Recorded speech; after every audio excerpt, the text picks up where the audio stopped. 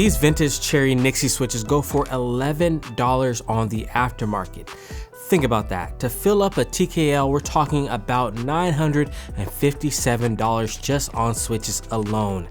Yikes. This is because Nixie could only be harvested from Nixdorf keyboards, known for their milky topped Cherry MX blacks. They were never made outside of this collab, and they're only growing in scarcity as time moves on, and because of this, they've achieved a cult-like following of people trying to find them. Now, Cherry MX blacks have gone through a lot of changes since then.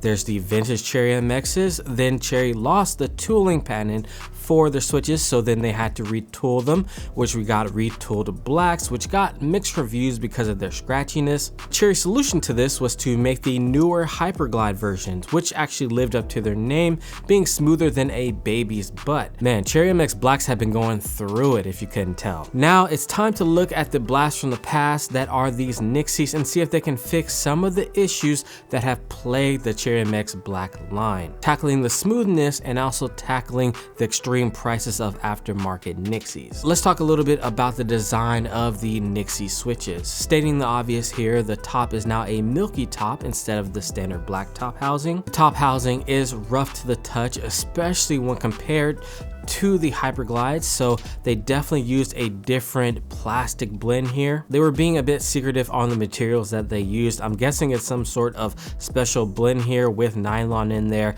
Maybe they brought back that old formula that was used on the original Nixies. They're playing that one pretty close to the chest as of now. I don't know if they're going to release that information later though. The bottom for sure is nylon and the stem is still palm like the original. Cherry did lose some of their tooling to their original switches like I mentioned before. I think it's safe to say or assume that these will sound and feel a bit different than the originals. Now I don't know about y'all, but when I deal with Cherry MX switches, they are so sensitive to any changes that you make to them, sound wise and feel wise, so there will be a difference because of that deviation from the original. The spring is a non-progressive spring. There's a heavy dose of lube that's present on the top and bottom of the spring as well as around the pole. It even stuck to my container when I was holding springs in there during my lubing process. I thought that was pretty funny, but it does add to the overall smoothness of these new Nixie switches. They are smoother out of the box than your normal Cherry MX black switch. Now the actuation force sits at 63.5, whereas the normal Cherry MX blacks sit around 60 and the originals are at around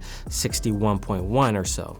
So it won't be one-to-one with the original, slightly heavier. Now I don't want to say it's completely different. Cherry probably compensated in some way for the difference in the molding. That's why we see a heavier spring here to get it close to the original as they possibly could. There's a very slight scratchiness to the switch still, and it gives them that nice signature thocc sound and feel.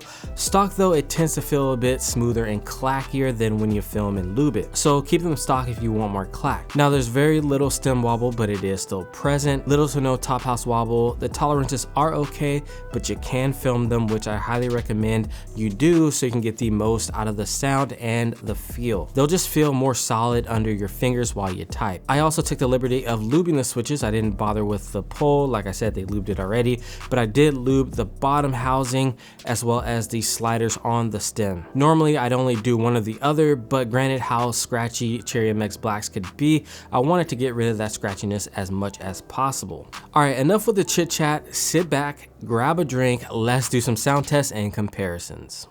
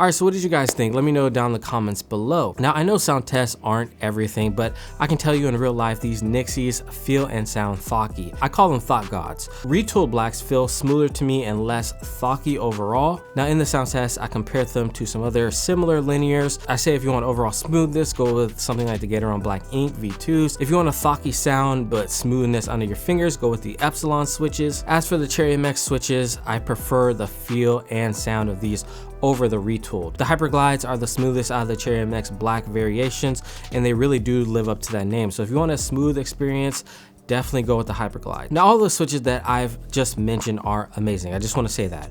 I can't say one is better than the other, just that I love that we have all these options and different variations for our fingers. Depending on the sound or feel that you want, you can go with any of these switches. I'd say that the Nixies by far are the thockiest switches that I've ever used, but they feel great. I don't have the originals to compare, but I'm assuming that Cherry would try to get them as close to originals as possible, given that they are using a new tooling for these switches. So before we get out of here, I want to talk about the pricing. The pricing is right on them at 60 cents per switch, especially since we've seen the Nixies go as high as $11 per switch when extracted from those Nixdorf keyboards. That's right in line with some of the other top switches like the Epsilon switches, which actually sit around the 60-cent mark as well. All right, so I did run this on a PVD brass plate for now on my M65B. I will have an upcoming build on a polycarbonate plate, and well, I expect things to get even thockier. Oh yeah. So make sure you're subscribed for that. All right guys, that's gonna do it for this review of the modern day Nixies. Hope you have enjoyed it. If you did, I have some more relevant content either here or here. It's been your boy BT saying peace.